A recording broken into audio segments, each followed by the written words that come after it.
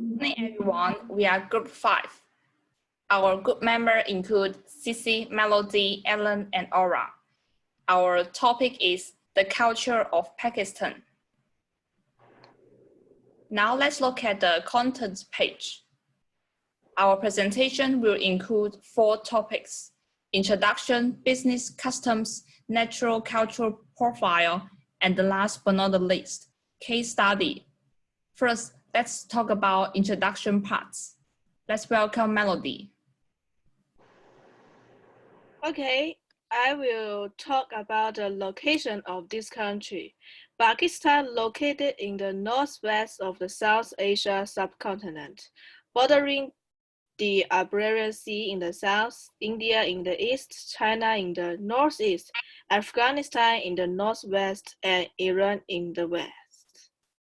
Next, let's go to its national flag. This flag consists of 2 rectangles, dark green and white.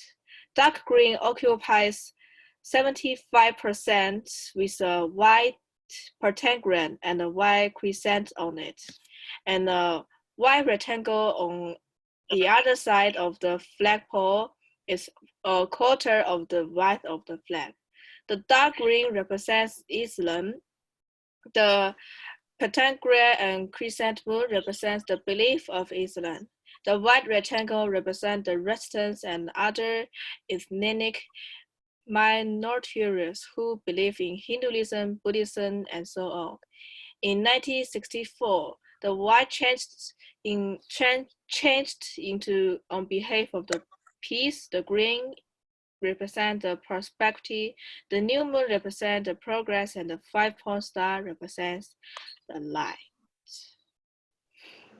As for its major belief, Pakistan has another name called Islamic Republic of Pakistan. We can see in the chart that nearly 95% of the people believe in Islam, which makes Pakistan a multi-ethnic Islamic culture. About 97% of the population is Muslim. A little more, there are mainly 2 major sects of Islam in Pakistan, Sunni and Shia. Due to the differences in doctrine and Shia, there are frequent conflicts between the 2 sects. Next, let's come to Pakistan's unique festivals. First is Grand Bal. It's on December 10th in the Islamic calendar. During the festival, some go on a pilgrimage to Macau, while others worship in the mosque after bathing in the morning. The rich will slaughter cows and sheep for their friends and give meat to poor Muslims. There are also places where a Muslim cleric leads a group to the mosque to worship and watch the slaughter of animals, followed by a celebration in square, dancing and singing until deep night. The second festival we'll cover is Lesser Burial. It is on October the 1st on Islamic calendar. It's a grand Islamic festival. On this day, people will celebrate the successful end of the ceremony. Early in the morning, they will go to the mosque to worship, and they will hold various activities to visit relatives and friends. That's the end of part 1. And let's go to part 2. It's the business etiquette and customs. First, we'll go to their greetings parts. When they meet, they must first say Alison Allegoria, which means God bless. If one went through a long separation with friends, they also welcome with hugs as a gift, which the hug is unique that both sides usually hug each other on the left side of the head, again on the right side once, repeating this move 3 times in total. They usually give wreaths to long-lost friends, guests, or relatives. Some are made of flesh flowers, others are made entirely of gold or silver foil, hanging on the chest. Oh, remember, when you address Pakistanis, you should call their last name with their title. Next, comes to the clothing part. Women in Pakistan's clothing is composed of 3 pieces: scarf, jacket, pants. The size is also different. They have colorful color, often made of cotton or yarn. Pakistan women like to making up themselves, so their fingers are often tied red. Boys in Pakistan like to wear white and big slacks. Women like wearing large, colorful robes to cover their whole body and a mask on their face when they go out. Compared to women, men's daily color is more monotonous, mostly white and gray. Then comes to the business etiquette. In Pakistan, people are used to giving each other business cards when they meet for the first time, but they don't have to give gifts. Punctuality is required in business. It is their custom in business negotiation to keep a written record of any agreements for the future responsibility. Be careful. And that's the end of part 2. Let's welcome Sissy to start part 3. Then I will introduce the national cultural profile part. At first, let's look at these 2 countries in Hostel's 5-dimension aspects. We will compare Pakistan and China in this dimension. Firstly, after investigate, we find that these 2 countries have 4 differences. The first is masculinity, then is the power distance. The third is the long-term orientation. The last but not the least is the uncertainty avoidance. So let's look at this chart. This chart shows the 2 differences in Pakistan and China. We can see that Pakistan received a medium grade in power distance, masculinity, and long-term orientation. However, when we mentioned uncertainty avoidance, the situation changed. We can see that in Pakistan, it received 7% scores. However, in China, it gets 30%. And we can know that from China, the power distance, masculinity, and long-term orientation dimension is quite big. And we can know that China received a really high score in this 3 dimensions, but it received a really low score in uncertainty avoidance. So let's look at this 4 dimensions one by one. The first is uncertainty avoidance. We can know that in Pakistan, the uncertainty avoidance is quite high. And because more than 95% of Pakistan people are Islamic, that means there is a rigid code of belief and behavior in Pakistan. Also, we can know that the people in Pakistan is intolerant of unorthodox behaviors and ideas. That means they need lots of rules, such as the drafting rules, breathing rules, and even they need lots of rules when they're having meals. Compared to Pakistan, let's look at China. In China, the situation is extremely different from Pakistan. In China, the people are really comfortable with ambiguous. The next thing you can see that in China, the laws and rules are quite flexible between lots of different cases. We can always see huge amount, several consequences, but we don't know how big the amount is and in which consequence we do not know. But this is also a characteristic of Chinese laws and rules. It's flexible. The third characteristic of China is that Chinese people are really innovation. the government and the company employer always encourage them to create new things. For example, Alipay, WeChat Pay are common in China, and Huawei 5G dimension is quite competitive in the world. If there is no people want innovation, these new techniques will not appear. Secondly, I will mention power distance between these two countries. In Pakistan, most people is a typical familiar culture, and instead of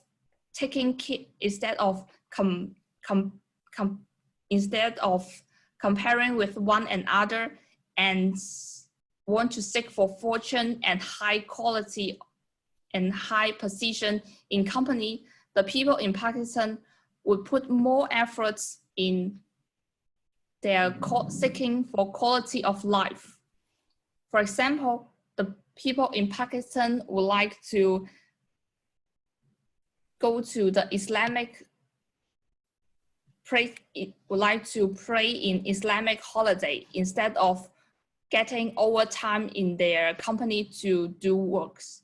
However, in China, it's quite different. Chinese people is a typical masculinity culture, and the society is driven by comparison and achievements. So, for example, you can see most of the workers in China will work from Monday to Saturday, and they will work for more than 10 hours a day. What's more, if you go to China, you can find lots of young people would leave their hometown and go to some big cities to seek for opportunity and fortune. They will go to Beijing and Shanghai and other big cities, and they will abandon their leisure time to do their overtime work. The third, I will mention long-term orientation. In Pakistan, it's a typical medium grade in long-term orientation. People in Pakistan will honor traditional belief and norms. They will pray before they have meals, and in Islamic country, women have little freedom or even no freedom when they marriage and in their life. However, in China, the things is quite different. Chinese people have really a long-term plan, and they will think deeper and further than Pakistan people. Besides, it's common to see that Chinese people would like to save their salaries and use for the future unknown, future risk. However, in Pakistan, these things happen not so frequently. The last but not the least, I will mention power distance. In Pakistan, the power distance is medium. There is a medium level of power distance. And in Pakistan's company, the boss usually talk with their employees when making decisions, and they seldom make decisions only by themselves. However, in China, it's quite different. Power is centralized by just a few people, and these people are in the highest position of this company. What's more, the individuals are influenced by formal authority. That means by formal authorities. That means the employees there will respect others just based on their ranking and position in the company. Then I will mention the hostile content model between Pakistan and China. First, let me introduce what is the meaning of high content model and low content model. A high content culture is in an indirect verbal expression style. That means the same word has different meaning in different situation. However, in a low content culture, the same words always have the same meaning, even though they're in lots of situation. and the word is always direct. After the evaluation, our group find China and Pakistan belong to high content model. In China, the people always have the same words in different meaning, in different situation. And in Pakistan, the things appear similarly. If people in Pakistan say, please wait for me for 5 minutes, that does not mean you just wait for 5 minutes. It may be 1 hour or 2 days. This meaning depends on the situation. So in conclusion, China and Pakistan belong to high content model. Now is the case study part. Okay, we will have a conversation to state the cultural dimension we choose in this case study. We choose 3 cultural dimensions in total. They are uncertainty avoidance, long-term orientation, and power distance. There will be 2 main characters in this case study. Chris, she is a business friend of Jane from Pakistan, and Jane, she is a Macau local people serving in a real estate company as a secretary. And in a luxury restaurant, they are going to have a business meal. Hi, Chris. Welcome to Macau. How do you feel recently? Hi, Secret Chen. It feels like home. I love it. That's great. Thank you for joining the meal. Now let's enjoy the lunch. Okay. Oh, pardon me. I like to do the pray first. My family always do that before meal in Pakistan. Then I shall wait for you. After the pray, they start to enjoy the lunch. Chris raised a chat topic. I once heard that Chinese parents would buy the house and leave it for their children.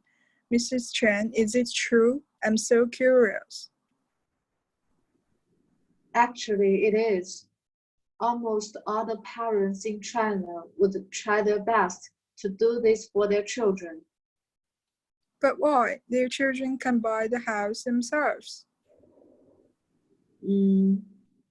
Chinese parents do this because they want to reduce their child's pressure that they have suffered. And the price of the house in China is really changeable. It's a long-term considered behavior. I see. Maybe we should invest in the real estate too. Yes, you could consider. Actually, I have to discuss with my team member. Having the vote mode, I can't decide on my own. Wow, that's totally different. In China, once the leader made the decision, nothing can change. It can't happen in my company. We have to vote for final plans or a decision. Oh, I see. Well, anyway, let's forget it at this moment and enjoy the delicious lunch. Okay. That is the end of our conversation. If you have any questions, feel free to ask us. That's all for our presentation. Thank you for your time for watching. And the last page is our reference list. That's all. Thank you.